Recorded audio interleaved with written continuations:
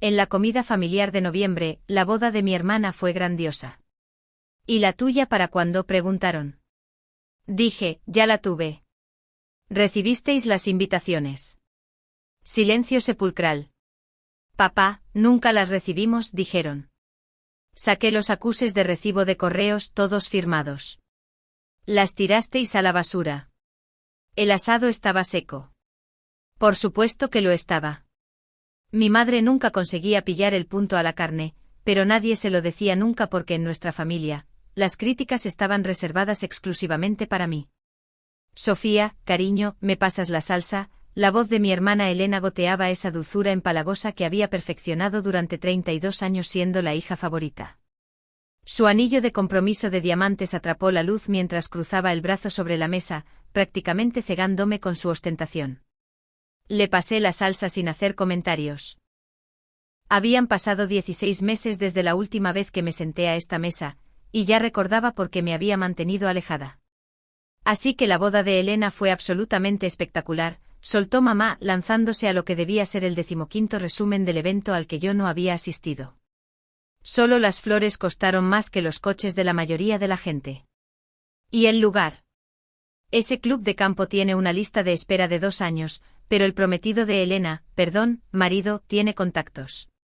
Javier conoce gente en todas partes, añadió Elena, apretando el brazo de su marido. Él sonrió con esa sonrisa de político que probablemente practicaba en el espejo. Es una de las ventajas de ser un abogado litigante de éxito. Corté mi carne seca y no dije nada. Este era el juego que jugábamos. Hablaban hacia mí, no conmigo, y se suponía que yo debía sentarme allí y absorberlo todo como una especie de saco de boxeo emocional envuelto en ropa de domingo. Mi padre se aclaró la garganta. La ceremonia fue preciosa, Sofía. Realmente te perdiste algo especial. Estoy segura de que fue encantadora, respondí manteniendo mi voz neutral. ¿Encantadora? El tenedor de mi madre repiqueteó contra su plato. Fue la boda del siglo.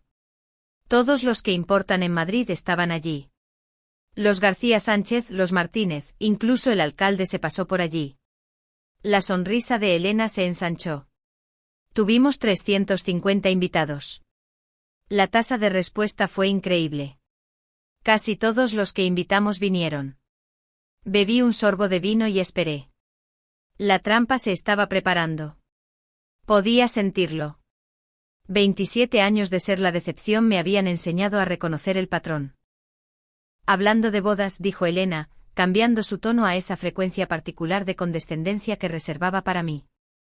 ¿Cuándo vas a sentar la cabeza, Sofía? No te estás haciendo más joven, ya sabes. Ahí estaba. Mamá intervino antes de que pudiera responder. Lleva saliendo con ese chico 3 años ya. ¿Cómo se llama? Jaime. Juan. Mateo, corregí en voz baja. Cierto. Mateo. ¿A qué se dedica? Algo de ordenadores. Es ingeniero de software en una multinacional tecnológica, dije. Elena se rió. Un sonido tintineante como cristal rompiéndose. Ah, eso es. El informático. ¿Tiene siquiera un traje? Javier soltó una risita obediente ante la broma de su mujer. Mi padre estudiaba su plato con intensa concentración, como hacía siempre que la conversación se volvía cruel. Nunca participaba en los ataques, pero tampoco los detenía. De alguna manera, su silencio dolía más que las palabras de ellas. ¿Cuándo es el gran día de todas formas?, continuó Elena, envalentonada por su audiencia. ¿O es que él se está echando atrás? Los hombres pueden sentir cuando una mujer está desesperada. Ya sabes, eso les mata la libido. Dejé mi tenedor con cuidado. Mi corazón latía con fuerza, pero mis manos estaban firmes. Este era el momento. El momento que había estado temiendo y anticipando simultáneamente durante 6 meses. En realidad, ya tuve mi boda, dije. El silencio que cayó sobre la mesa fue tan absoluto que podía oír el reloj de pared haciendo tic-tac en el pasillo. 4 caras me miraban con diversas expresiones de shock. La boca de Elena se había abierto de par en par. ¿Tú qué?, logró decir finalmente mamá. Me casé hace 6 meses. El 15 de junio para ser exactos. Eso es imposible, balbuceó Elena. No lo hiciste. Lo habríamos sabido. Recibisteis invitaciones, dije con calma, alcanzando mi copa de vino. Todos vosotros. Mi padre recuperó la voz. Sofía, nunca recibimos ninguna invitación. Habríamos ido si las hubiéramos recibido. Saqué mi móvil, mis dedos moviéndose por la pantalla con precisión practicada. Dejadme enseñaros algo. Llevo estas capturas de pantalla guardadas durante meses, esperando este momento exacto. La primera mostraba la información de seguimiento del correo certificado. 4 paquetes, 4 direcciones, todos firmados el 23 de abril. ¿Veis esto? Giré el teléfono hacia mi padre. Confirmación de firma. Alguien en esta dirección firmó por las 4 invitaciones. Hice zoom en la línea de la firma. El garabato era inconfundiblemente de Elena. El color desapareció de la cara de mi hermana. Eso podría ser cualquier cosa, dijo mamá rápidamente, pero su voz tembló. Pasé a la siguiente captura. Esta es la confirmación por correo electrónico de la imprenta. Invitaciones personalizadas pedidas en febrero, entregadas en abril. Y esto otro deslizamiento es el extracto de la tarjeta de crédito que muestra que pagué el envío urgente con acuse de recibo para asegurarme de que llegaran rápido. Elena, la voz de mi padre era tranquila, pero había acero debajo. ¿Firmaste el correo dirigido a tu madre y a mí? Yo. No lo recuerdo. Quizás yo, compostura de Elena se estaba resquebrajando como pintura vieja. Déjame refrescarte la memoria. Me sorprendió lo tranquila que sonaba dado que mi pulso estaba acelerado.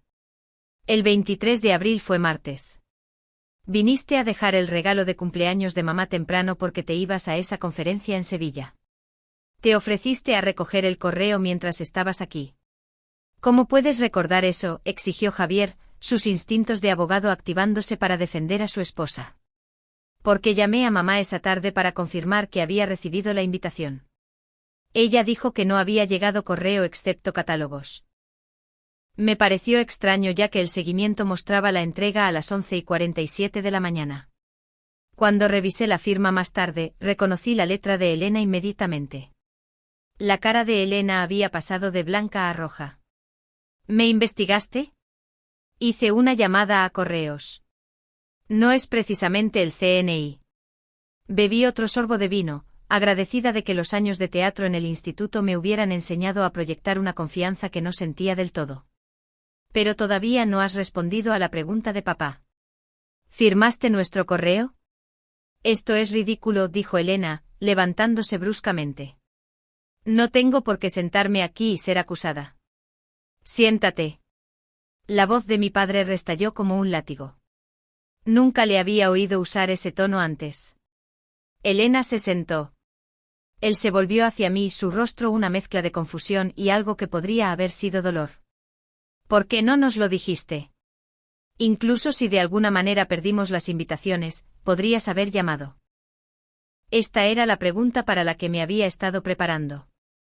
La que había ensayado en terapia durante semanas antes de decidir venir a esta cena. Llamé, dije. Múltiples veces.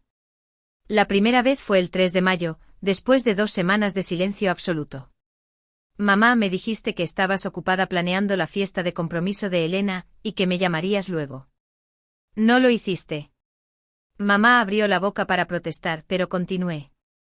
Llamé de nuevo el 10 de mayo, saltó el contestador, dejé un mensaje diciendo que estaba preocupada porque la boda era en 5 semanas y no había sabido nada de nadie. Nadie devolvió la llamada. Saqué mi registro de llamadas. Había estado haciendo copias de seguridad de mis registros telefónicos durante meses específicamente para este momento. 17 de mayo, llamada al móvil de papá, directo al buzón de voz. 19 de mayo, mensaje al chat familiar de WhatsApp, del cual noto que ya no soy parte, por cierto. 24 de mayo, llamada al teléfono fijo 3 veces. 28 de mayo, envié un correo electrónico a todos. Nunca recibimos un correo electrónico, insistió mamá. Porque Elena tiene acceso a la cuenta de correo familiar, y lo borró. Miré a mi hermana que se había quedado muy quieta. Igual que borró el que envié en abril justo después de enviar las invitaciones. No puedes probar eso, susurró Elena. Saqué el registro de actividad de la cuenta de correo. Mateo me enseñó cómo comprobarlo. Resulta que cuando eres quien configuró la cuenta de correo familiar hace años, todavía tienes el acceso de recuperación. Miré directamente a Elena. El correo se abrió el 25 de abril a las 8:32 de la tarde desde la dirección IP de esta casa, luego se borró permanentemente de inmediato. Alguien no quería que nadie más lo viera. La expresión de Javier había cambiado de defensiva a calculadora. Como abogado entendía exactamente lo que significaba esta evidencia. Sofía, dijo mamá, y por primera vez en años sonaba insegura. ¿Por qué no viniste en coche simplemente? Si realmente nos querías en tu boda, podrías haber venido. Vivo en Valencia, mamá. Son casi 4 horas de viaje de ida y 4 de vuelta. Hice ese viaje 17 veces en los 2 años antes de mudarme definitivamente. ¿Cuántas veces me habéis visitado alguno de vosotros? 0. El número flotó en el aire entre nosotros. Viniste por Navidad, dijo papá débilmente. Conduje hasta aquí por Navidad, por Semana Santa, por el cumpleaños de mamá, el cumpleaños de Elena, tu cumpleaños. Vine para la fiesta de compromiso de Elena, su despedida de soltera y su prueba del vestido. Reorganicé mi horario de trabajo, gasté cientos en gasolina y dormí en ese sofá cama lleno de bultos en la habitación de invitados que huele a naftalina. Mi voz permaneció firme, podía sentir los años de dolor acumulado cristalizando en palabras. ¿Y sabes qué? Nadie me preguntó nunca sobre mi vida. Ni una sola vez alguien dijo, oye Sofía, ¿qué tal tu trabajo? O, ¿eres feliz en Valencia? Siempre se trataba de Elena. Eso no es justo, dijo Elena, pero a su voz le faltaba convicción. ¿No lo es? ¿Cuándo es mi cumpleaños, Elena? Ella parpadeó. ¿Qué? Mi cumpleaños. ¿Qué día es? Silencio. Es el 12 de octubre, dije. Cumplí 33 este año. Nadie llamó. Nadie envió un mensaje. Ni siquiera recibí una felicitación en Facebook. Hemos estado todos tan ocupados, empezó mamá. Te llamé en tu cumpleaños, mamá. Como hago cada año. Envié flores de las caras de esa floristería del centro que te encanta. Yo me acordé. ¿Por qué ninguno de vosotros pudo acordarse de mí? Los hombros de mi padre se hundieron. Por primera vez parecía viejo. La boda fue preciosa, continué, mi voz más suave ahora. La ira se estaba drenando, dejando algo hueco a su paso. Mateo y yo nos casamos en una pequeña ermita en la costa de Javea. Solo nosotros, sus padres, su hermana, su hermano y unos 15 de nuestros amigos más cercanos. 22 personas en total. Pequeño, íntimo, perfecto. Su madre me ayudó a ponerme el vestido. Su padre me acompañó al altar cuando quedó claro que el mío no estaría allí. Intercambiamos votos que habíamos escrito nosotros mismos, y después cenamos en un restaurante de mariscos increíble con vistas al mar. Saqué una foto en mi teléfono. Mateo y yo ambos riendo, mi velo ondeando con la brisa del Mediterráneo. Parecía feliz. Realmente, genuinamente feliz. Nos fuimos de luna de miel a las Maldivas 2 semanas. Fue increíble. Deslicé las fotos, atardeceres, playas, los dos haciendo snorkel, senderismo, simplemente existiendo en un espacio donde nadie me comparaba con nadie más. Las mejores 3 semanas de mi vida, en realidad. La boda y la luna de miel. Mamá intentó coger el teléfono, pero lo retiré. No he terminado. Sofía, por favor. Necesito decir esto. He necesitado decirlo durante años. Miré a cada uno de ellos por turno. Cuando Elena se comprometió, mamá empezó a planificar inmediatamente. Recuerdo que llamaste a proveedores esa misma noche. Empezaste un tablero de Pinterest. Te volcaste en hacer que su día fuera perfecto. ¿Tenéis alguna idea de cómo se sintió eso? Viendo cómo os importaba tanto su felicidad mientras tratabais la mía como algo secundario. Os queremos a las dos por igual, protestó mamá.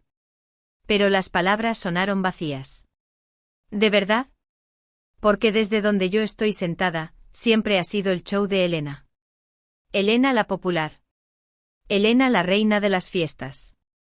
Elena la delegada de clase. Elena la que se graduó con matrícula de honor. Elena la que se casó con el abogado exitoso. Mientras tanto, yo soy solo Sofía. La Sofía normal con su trabajo normal y su vida normal en Valencia donde nadie visita nunca. Nunca pareces querer las mismas cosas que Elena quería, dijo papá en voz baja. Así que eso me hizo menos digna de vuestra atención, de vuestro amor. Sacudí la cabeza. Tengo un máster en ciencias ambientales. Trabajo para una organización que realmente está marcando la diferencia en la política de conservación del agua.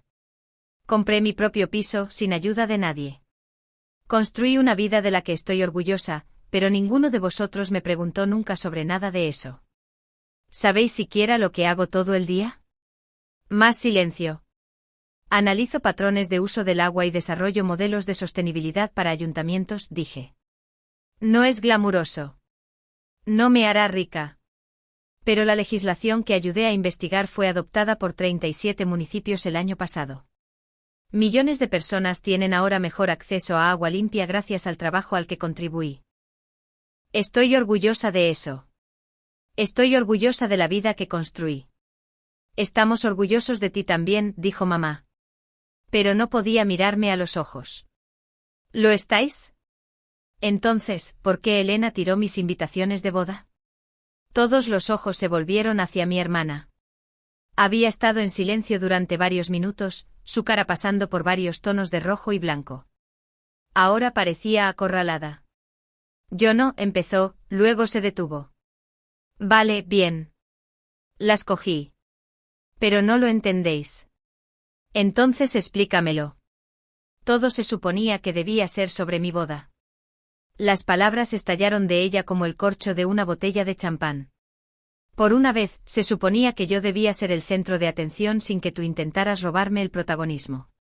Me reí de verdad. No pude evitarlo. ¿Robarte el protagonismo? Elena, he sido invisible durante años. ¿Cómo podría posiblemente? Siempre haces esto.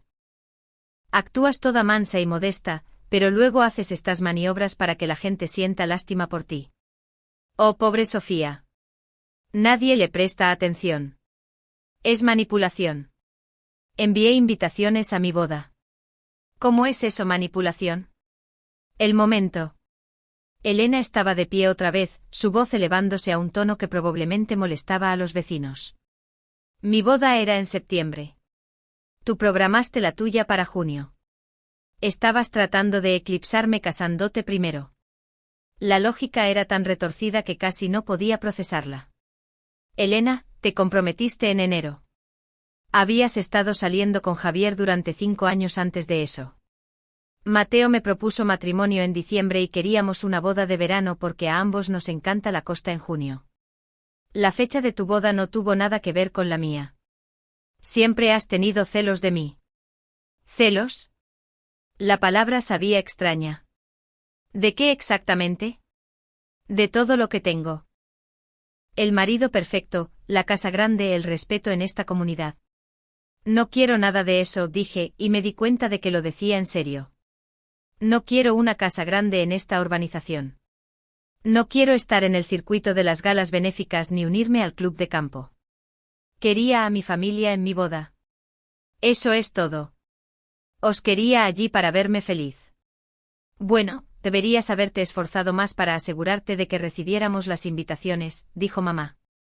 Y pude verla eligiendo bando en tiempo real. Este era el momento. El momento en que cierran filas alrededor de Elena, reescriben la historia para hacerme la villana y continúan como si esta conversación nunca hubiera sucedido. Había visto esta película antes. Sabía cómo terminaba. Pero esta vez, tenía la opción de quedarme para los créditos o no. Tienes razón, dije levantándome y recogiendo mi bolso. Debería haberme esforzado más. Debería haberme presentado en vuestra puerta y obligaros a reconocerme. Pero ¿sabéis qué? Estoy cansada de intentarlo. Estoy cansada de ser la que siempre tiende la mano, siempre hace el esfuerzo, y siempre recibe un golpe por ello. Sofía, siéntate, dijo papá. No hemos terminado aquí. En realidad, sí lo hemos hecho. Vine aquí esta noche porque alguna parte de mí todavía esperaba que tal vez, solo tal vez, os importara haberos perdido mi boda. Que os molestara no haber estado allí. Pero no estáis molestos por haberosla perdido. Estáis molestos porque estoy delatando a Elena por tirar las invitaciones. Es tu hermana, dijo mamá. La familia perdona. ¿Lo hace? Porque os he estado perdonando a todos durante años y no estoy segura de haber recibido nunca la misma cortesía. Me puse el abrigo. Te perdoné por perderte mi graduación de la universidad porque Elena tenía un evento de la facultad. Te perdoné por cancelar nuestra visita de Navidad el año que Mateo y yo empezamos a salir porque Elena necesitaba ayuda con la mudanza. Te perdono por pasar mi cumpleaños ayudando a Elena a elegir lugares para la boda. No he hecho nada más que perdonar. ¿A dónde vas?, preguntó papá. De vuelta a Valencia. De vuelta con mi marido, mi casa y mi vida. La que construí sin ninguno de vosotros. Estás siendo dramática, dijo Elena, pero su voz temblaba ligeramente. No, estoy siendo definitiva. Hay una diferencia. Me dirigí a la puerta, luego hice una pausa. Por si sirve de algo, realmente quería que estuvierais allí. Todos vosotros. La madre de Mateo seguía preguntándome por qué mi familia no venía, y yo seguía poniendo excusas porque no podía admitir que mi propia hermana me había saboteado. Su familia se sentía tan mal. Intentaron incluirme extra, lo que solo hizo más obvio que a la mía no le importaba lo suficiente como para aparecer. No lo sabíamos, dijo papá, y escuché algo romperse en su voz. Podríais haberlo sabido.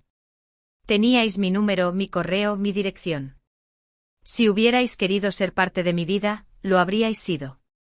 Elena no impidió eso realmente. Ella solo os dio permiso para hacer lo que ya estabais haciendo, tratarme como si no importara. Abrí la puerta. El aire frío de noviembre entró de golpe, trayendo el olor a hojas muertas y el invierno que se acercaba. Sofía, espera. Mi padre se puso de pie con una mano extendida. Por favor, hablemos de esto. Hemos estado hablando. O mejor dicho, yo he estado hablando y vosotros habéis estado poniendo excusas. Salí al porche. ¿Sabéis cuál es la parte más triste? Mateo me preguntó si quería invitaros a comer con sus padres en Navidad. Su familia quería conocer a la mía. Dije que no porque sabía que todos estaríais aquí haciendo esto. Celebrando a Elena. Vine de todos modos hoy porque pensé que tal vez os debía una oportunidad más. Me equivoqué. No puedes simplemente alejarte de tu familia, dijo mamá desde la puerta. Mírame hacerlo. Llegué a la mitad del camino hacia mi coche antes de que la voz de Elena me detuviera. Sofía. Sofía. Espera. Había salido corriendo sin abrigo, abrazándose a sí misma contra el frío. Por un momento parecía la chica con la que había compartido habitación durante 18 años, la que solía trenzarme el pelo y dejarme tomar prestada su ropa antes de que todo se convirtiera en una competición en la que nunca acepté entrar. Lo siento, dijo, y para mi sorpresa, las lágrimas corrían por su cara. Lo siento mucho. Tienes razón. Cogí las invitaciones. Las tiré a la basura.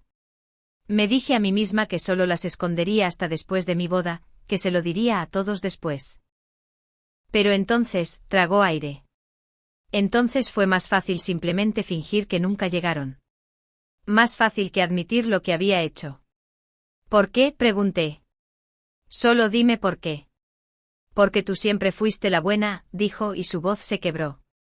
Todos lo decían siempre. Sofía es tan lista. Sofía es tan aplicada. Sofía no necesita toda esa atención. Pero yo sí la necesitaba. Necesitaba sentirme especial, y la única forma que podía era asegurándome de que tú no estuvieras allí para ser comparada. Eso es una locura, Elena. Nunca estuve compitiendo contigo. Lo sé. Eso es lo que lo hacía peor. Tú ni siquiera lo intentabas y la gente te quería igual. Se secó los ojos bruscamente. Soy la peor hermana del mundo. Arruiné tu boda. No puedo deshacer eso. No, no puedes. Nos quedamos allí en el frío, la distancia entre nosotras era a la vez de 1 metro y de un abismo insalvable. ¿Podrás perdonarme alguna vez?, susurró. No lo sé, dije honestamente. Quizás algún día, pero no hoy. Hoy estoy demasiado enfadada y demasiado herida, y necesito irme a casa con la persona que realmente está ahí para mí. Me subí a mi coche y me alejé, viendo mi casa de la infancia desaparecer en el espejo retrovisor. Mi teléfono empezó a vibrar antes incluso de llegar a la autopista.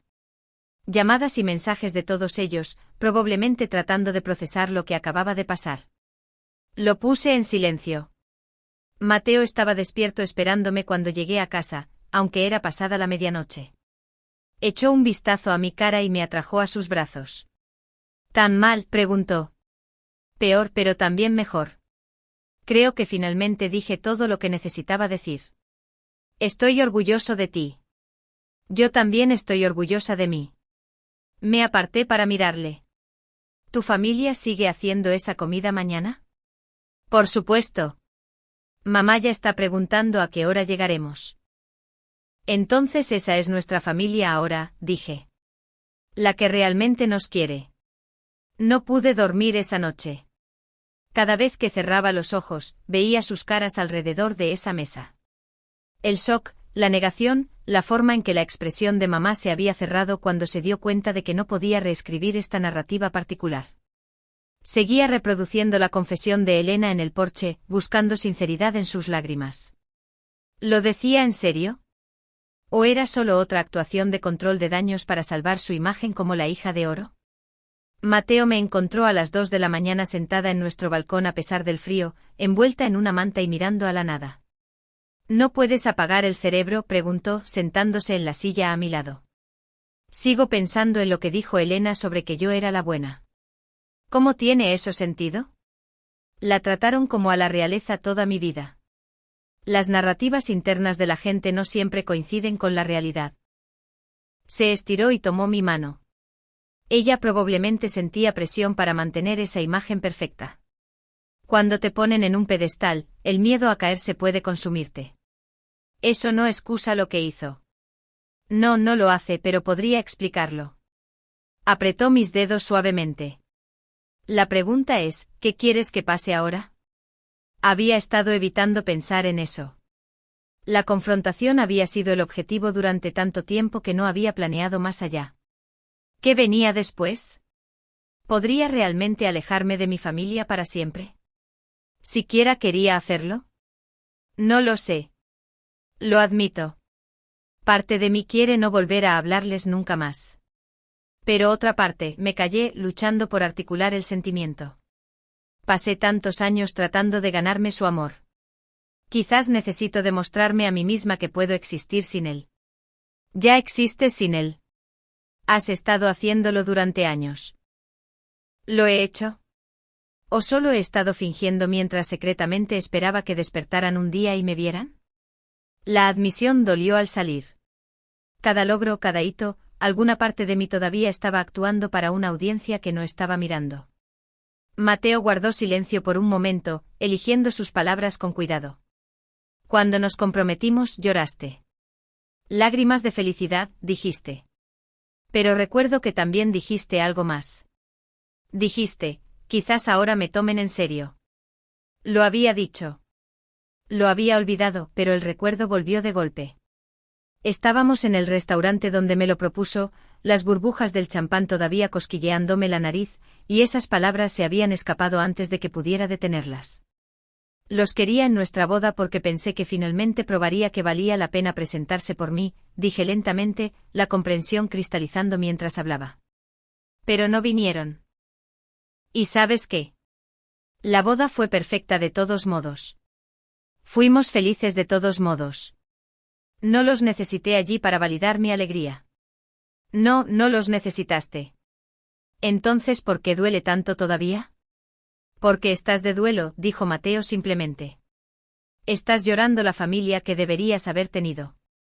Los padres que deberían haber celebrado a ambas hijas por igual. La hermana que debería haber sido tu mejor amiga en lugar de tu rival. Esa es una pérdida real, Sofía. Tienes derecho a sentirla. Me permití llorar entonces, llorar propiamente por primera vez desde que dejé esa casa. No lágrimas de ira o frustración, sino los sollozos profundos y dolorosos del duelo genuino. Mateo me sostuvo a través de ello, sin tratar de arreglar nada ni hacerlo mejor, simplemente estando presente. Cuando finalmente paré exprimida y exhausta, me preguntó si quería chocolate caliente. Asentí y desapareció dentro.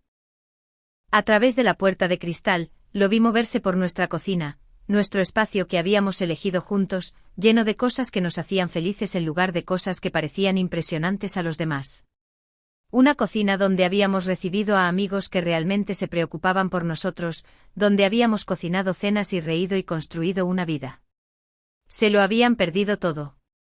Y de repente, sentada allí envuelta en mi manta a las 2 de la mañana, me di cuenta de que esa era su pérdida, no la mía. Mateo regresó con 2 tazas con nata montada y virutas de chocolate. Incluso había añadido los bastones de menta que me encantaban, los que descubrí durante nuestra luna de miel en una pequeña cafetería. Te quiero, dije. Por muchas razones, pero ahora mismo, especialmente por acordarte de los bastones de menta. Presto atención, dijo con una pequeña sonrisa. Es lo que hace la gente cuando quiere a alguien. Una declaración tan simple, pero llevaba el peso de todo lo que mi familia no había hecho. Prestar atención, recordar, presentarse, los bloques básicos del amor de los que había estado hambrienta sin darme cuenta del todo. Tu madre me preguntó algo la semana pasada, dijo Mateo removiendo su chocolate. Me preguntó si tu familia me había conocido antes de la boda. Cuando dije que no, pareció muy triste.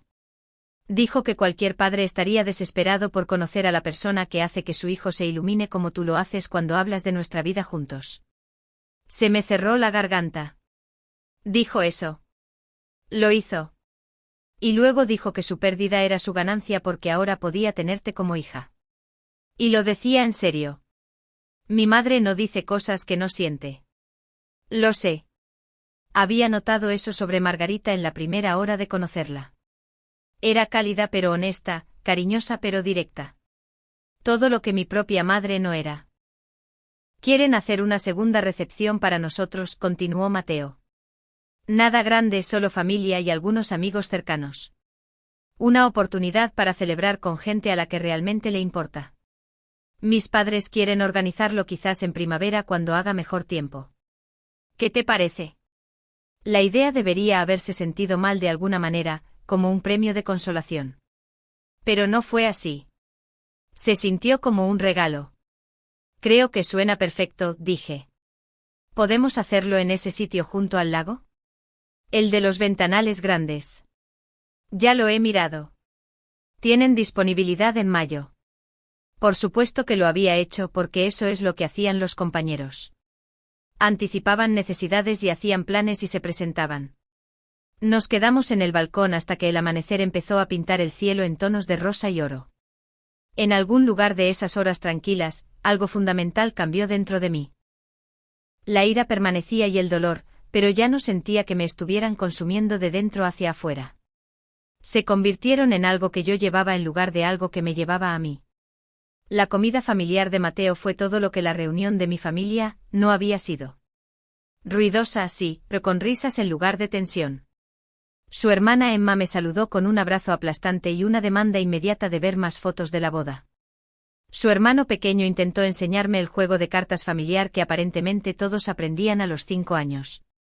Margarita se preocupó de si estaba comiendo suficiente y el padre de Mateo, Tomás, insistió en escuchar todo sobre mi trabajo, genuinamente interesado en la política de conservación del agua de una manera que mis propios padres nunca habían estado. Así que me estás diciendo que el algoritmo que ayudaste a desarrollar ahorró millones de litros de agua en 6 meses, Tomás se inclinó hacia adelante, con los ojos agudos de interés. Eso es notable. ¿Cómo tuvisteis en cuenta la variación estacional en los patrones de uso? Le expliqué la metodología, animándome con el tema como siempre hacía cuando alguien se molestaba en escuchar de verdad. Hizo preguntas inteligentes, desafió algunas de mis suposiciones de una manera que me hizo pensar en lugar de sentirme a la defensiva, y para el final de la comida me había hecho prometer enviarle enlaces a nuestra investigación publicada. Tienes una mujer brillante, le dijo a Mateo mientras recogíamos los platos. Espero que lo sepas. Lo sé, respondió Mateo, cruzando la mirada conmigo al otro lado de la mesa. Créeme, lo sé. Más tarde, mientras ayudaba a Margarita con los platos a pesar de sus protestas, sacó el tema de mi familia delicadamente. Mateo mencionó que las cosas fueron difíciles con tus padres el otro día, dijo frotando una bandeja de horno con más fuerza de la necesaria. Espero no estar entrometiéndome, pero quiero que sepas que pase lo que pase, no cambia nada aquí. Eres familia para nosotros ahora. No porque te casaras con Mateo, sino por quién eres. Tuve que dejar el plato que estaba secando antes de que se me cayera. Gracias. Eso significa más de lo que sabes. Soy madre, dijo Margarita simplemente. No puedo imaginar tratar a mis hijos de la forma en que los tuyos te trataron. Emma me contó lo que pasó con las invitaciones. ¿Tu propia hermana? Ella sacudió la cabeza. No hablaré mal de gente que nunca he conocido, pero diré esto, su fracaso en ver tu valía no disminuye tu valor. Solo revela su ceguera. Todavía estoy procesando todo. Lo admito. Parte de mí quiere cortar con ellos completamente. Parte de mí se siente culpable por siquiera considerar eso. La culpa es una herramienta poderosa, especialmente cuando se ha usado contra ti toda tu vida. Margarita enjuagó la bandeja y la puso en el escurridor. Pero esto es lo que aprendí criando 3 hijos, a veces el amor no es suficiente. A veces la gente nos hace daño. No porque no nos quieran, sino porque no saben cómo querernos adecuadamente. Y se nos permite protegernos de eso incluso cuando viene de la familia. Mi padre llamó ayer, dije. Solo para ver qué tal. Fue incómodo. Ninguno de los dos sabía qué decir. Las primeras conversaciones después de grandes verdades suelen serlo. Me pasó otro plato para secar. La cuestión no es si fue cómodo. Es si él está dispuesto a hacer el trabajo incómodo de cambiar realmente. Las palabras son fáciles. La acción constante es difícil. 3 días después, recibí un correo electrónico de mi padre. Uno largo lleno de disculpas y realizaciones y promesas de hacerlo mejor. Preguntó si podíamos hablar de verdad sobre empezar de cero. Le contesté y dije que quizás eventualmente, pero que necesitaba tiempo. Dijo que lo entendía. Elena envió un mensaje de Facebook. No lo leí. Desactivé las notificaciones del chat familiar en el que me habían vuelto a añadir, probablemente por insistencia de papá. Javier envió una solicitud de LinkedIn que rechacé. Mamá no contactó en absoluto. Eso dolió menos de lo que esperaba. El silencio de mi madre se convirtió en su propio tipo de respuesta. Los días se convirtieron en semanas y mientras las llamadas semanales de mi padre continuaban, todavía un poco tensas y cuidadosas, pero presentes, mamá permanecía notablemente ausente. La imaginaba en esa casa, reorganizando los mismos armarios que había estado organizando toda mi vida, organizando sus reuniones, asistiendo a sus almuerzos benéficos, existiendo en un mundo donde las verdades incómodas podían evitarse mediante la pura fuerza de la rutina. El trabajo se convirtió en mi refugio en esas semanas. Me lancé a un nuevo proyecto analizando patrones de sequía, agradecida por problemas que tenían conjuntos de datos claros y soluciones lógicas. Mi compañera Jennifer notó el aumento de intensidad. Estás aquí antes que yo y te vas después de mí, comentó una tarde, asomando la cabeza en mi oficina a las 7 de la tarde, ¿todo bien? Cosas de familia, dije vagamente. Solo necesitaba la distracción. Se sentó en la silla frente a mi escritorio sin invitación, un hábito que normalmente apreciaba. ¿Quieres hablar de ello? Y sorprendentemente quería. Le conté todo. La boda, las invitaciones, la confrontación en la comida. Jennifer escuchó sin interrumpir, su expresión cambiando de shock a ira y a algo como comprensión. Mi hermana y yo no hablamos durante 2 años, dijo cuando terminé. Razón diferente, me pidió dinero prestado y nunca me lo devolvió, luego actuó como si yo fuera la mala por mencionarlo. Pero la dinámica era similar. Ella era la favorita. Yo era la segundona. Nuestros padres siempre se ponían de su lado. ¿Cómo se resolvió? No se resolvió realmente. Ella finalmente se disculpó y tenemos una relación cordial ahora, pero es superficial. Nunca seremos uña y carne como cuando éramos niñas. Tuve que hacer el duelo de esa amistad y aceptar que la hermana que quería ya no existía. Quizás nunca existió de la manera que yo recordaba. Todavía duele. A veces. Sobre todo en fiestas o cuando veo otras hermanas que son realmente amigas. Pero he construido mi propia familia, mi pareja, nuestros amigos, mi gente elegida. Ellos están ahí para mí de maneras que mis parientes de sangre nunca estuvieron. Se levantó estirándose. Date tiempo para averiguar cómo quieres que sea esto de aquí en adelante. Y no dejes que nadie te haga sentir culpable para perdonar más rápido de lo que estás lista. Sus palabras hicieron eco de las de Margarita, esa sabiduría común de mujeres que habían aprendido a poner límites por las malas. Me pregunté cuánta gente llevaba estas heridas, sonriendo en reuniones familiares mientras se desangraban lentamente por cortes invisibles. Ese fin de semana, Mateo y yo organizamos una cena. Nada elegante, solo 6 amigos, buen vino y la receta de estofado que había estado perfeccionando durante meses. Nuestra amiga Raquel trajo a su nueva novia, y nuestro vecino Tomás apareció con pan casero que dejaba en ridículo mis bollos del supermercado. Comimos y reímos y jugamos a las películas hasta medianoche, y nadie me hizo una sola pregunta sobre cuándo iba a tener hijos, o por qué no había visitado mi casa últimamente. Esto es agradable, le dije a Mateo mientras limpiábamos después, ambos agradablemente alegres y cansados. Esto se siente como familia. ¿Es familia?, dijo él cargando el lavavajillas con un poco menos de precisión de la habitual. Podemos elegir esto. La sangre no tiene el monopolio del amor. Pensé en eso mientras lavaba las copas de vino a mano, viendo las burbujas de jabón atrapar la luz. Mis padres siempre habían tratado la familia como una obligación, una actuación que debía mantenerse independientemente de la disfunción subyacente. Pero ¿y si la familia se trataba realmente de conexión, de estar ahí y prestar atención y hacer espacio para la alegría del otro? El correo electrónico de Elena llegó un martes por la mañana, no a través de Facebook esta vez, sino a mi dirección del trabajo, lo que significaba que realmente había buscado donde trabajaba y encontrado mi información de contacto. El asunto decía simplemente: por favor, lee esto. Lo miré fijamente durante 20 minutos antes de abrirlo.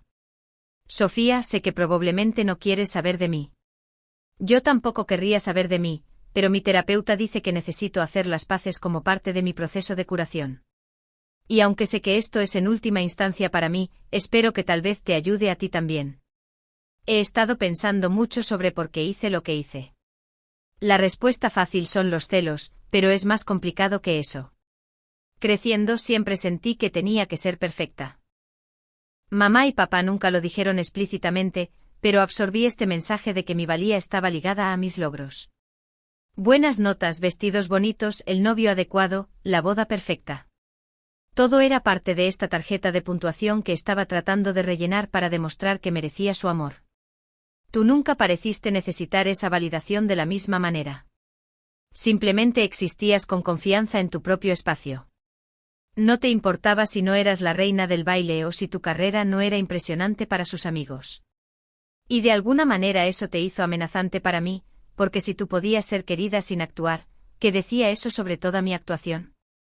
Cuando llegó tu invitación, tuve este momento de pánico. Tu boda iba a ocurrir primero y iba a ser pequeña e íntima y real. Todo lo que la mía no era. La mía era esta producción masiva para 300 personas, la mayoría de las cuales apenas conocía. Había pasado un año planeándola con mamá, y en algún momento del camino, dejó de tratarse de Javier y de mí y se convirtió en probar algo a gente cuyas opiniones no deberían haber importado. Me convencí a mí misma de que si simplemente retrasaba que todos se enteraran de tu boda hasta después de la mía, entonces podría mantener la ilusión de ir primero, de ser la primera, de ganar una competición que solo existía en mi cabeza. Y luego, después, me dije que confesaría. Pero cuanto más esperaba, más difícil se hacía hasta que fue más fácil simplemente fingir que nunca sucedió. Sé que esto no arregla nada. Sé que te robé el tener a tu familia allí en uno de los días más importantes de tu vida. Sé que te herí de una manera que podría ser imperdonable. Y sé que herí a mamá y a papá también, haciéndoles perdérselo y luego dejándoles creer que de alguna manera habían fallado en recibir las invitaciones. Estoy en terapia 2 veces por semana ahora, trabajando en por qué necesito validación externa tan desesperadamente. Porque veo todo como una competición. Porque no puedo simplemente ser feliz por otras personas sin hacerlo sobre mí. Es trabajo duro. No lo estoy disfrutando. Pero lo estoy haciendo porque no quiero ser esta persona nunca más. No espero que me perdones. Ni siquiera espero que respondas a este correo, pero necesitaba que supieras que veo lo que hice. Entiendo que estuvo mal. Y lo siento profunda y sinceramente. Espero que seas feliz con Mateo. Espero que tu vida en Valencia sea todo lo que querías que fuera. Y espero que algún día, tal vez, podamos encontrar un camino de vuelta a ser hermanas. Lo leí 3 veces, analizando cada frase en busca de sinceridad, de manipulación, de cualquier pista de la hermana que solía conocer antes de que todo se volviera complicado. Las palabras parecían genuinas, pero Elena siempre había sido buena con las palabras. Se lo reenvié a Mateo sin comentarios. Luego a Jennifer. Luego, después de dudar durante casi 1 hora, a mi padre. Su respuesta llegó en minutos. Lo está intentando, Sofía. Eso es todo lo que puedo decirte. Si es suficiente depende de ti. ¿Lo estaba intentando o era solo otra actuación, jerga de terapia entregada al servicio de su propia curación sin consideración real por el daño que había causado? No podía decirlo. Y esa incertidumbre era su propio tipo de tormento. 2 semanas después de la comida familiar, un paquete llegó a mi puerta. Dentro había una tarjeta de boda, sin abrir, dirigida a mis padres. Mi invitación, una de las 4. Una nota de mi padre decía que la encontró mientras ayudaba a Elena a limpiar algunas cajas del trastero. Ella las había escondido todas allí, aparentemente esperando que fueran olvidadas entre las decoraciones navideñas y los documentos antiguos de impuestos. Se la enseñé a Mateo. Miramos la caligrafía elegante, las palabras cuidadosamente elegidas invitando a mi familia a celebrar nuestro amor. ¿Deberíamos guardarla?, preguntó. No, dije. Vamos a ponerla en el álbum de todos modos. Como un recordatorio de lo que se perdieron. De lo que construimos sin ellos. La Navidad vino y se fue sin ninguna visita a mi ciudad natal. Año Nuevo también. Mi padre llamaba semanalmente, conversaciones cortas donde hablábamos del tiempo y del trabajo y evitábamos cuidadosamente cualquier cosa sustancial. Era algo, supongo. Tal vez. En febrero, recibí un mensaje de voz de Elena. Estaba en terapia trabajando en sus problemas. Entendía si nunca quería volver a hablar con ella, pero estaba intentando ser mejor. Esperaba que fuera feliz. Lo era. Marzo trajo noticias de que mamá se había caído y roto la cadera. Papá llamó con la voz ronca de agotamiento preguntando si podía ir a ayudar. Lo pensé durante mucho tiempo, más de lo que probablemente debería haber hecho, antes de hacer el viaje. No porque hubiera perdonado todo, sino porque estaba eligiendo presentarme a pesar de no haber sido invitada propiamente durante años. Cuando entré en esa habitación de hospital, mamá lloró lágrimas de verdad. No del tipo teatral en el que siempre había sido tan buena. Dijo que sentía no haber sido la madre que necesitaba. Dijo que había estado pensando en todas las formas en que me había fallado, tumbada en esa cama de hospital sin nada que hacer más que reflexionar. Quizás lo decía en serio. Quizás era la medicación para el dolor hablando. No lo sabía, me sorprendí a mí misma descubriendo que no necesitaba saberlo de inmediato. Estoy aquí, le dije. Eso es suficiente por hoy. Elena apareció esa tarde. Nos sentamos a lados opuestos de la cama de mamá, no hablándonos directamente, pero tampoco ignorándonos completamente. Pequeños pasos. Me quedé 3 días ayudando a papá a gestionar la casa y tratando con compañías de seguros y horarios de medicación. El último día, él me abrazó fuerte y me agradeció por venir. No tenías que hacerlo, dijo. Después de todo. Lo sé. Pero quería. Me aparté y le miré directamente. No voy a volver completamente, papá. Esto no borra lo que pasó, pero tampoco estoy desapareciendo. Vamos a encontrar algo intermedio. Asintió con comprensión en sus ojos por quizás la primera vez. El viaje de vuelta a Valencia se sintió diferente. Más ligero, de alguna manera. Como si hubiera soltado un peso que había estado cargando tanto tiempo que había olvidado que estaba allí. Llamé a Mateo desde una estación de servicio, diciéndole que estaba de camino a casa. ¿Cómo te sientes?, preguntó. Como yo misma, dije. Por fin. Y eso, más que cualquier otra cosa, valía la pena celebrarlo.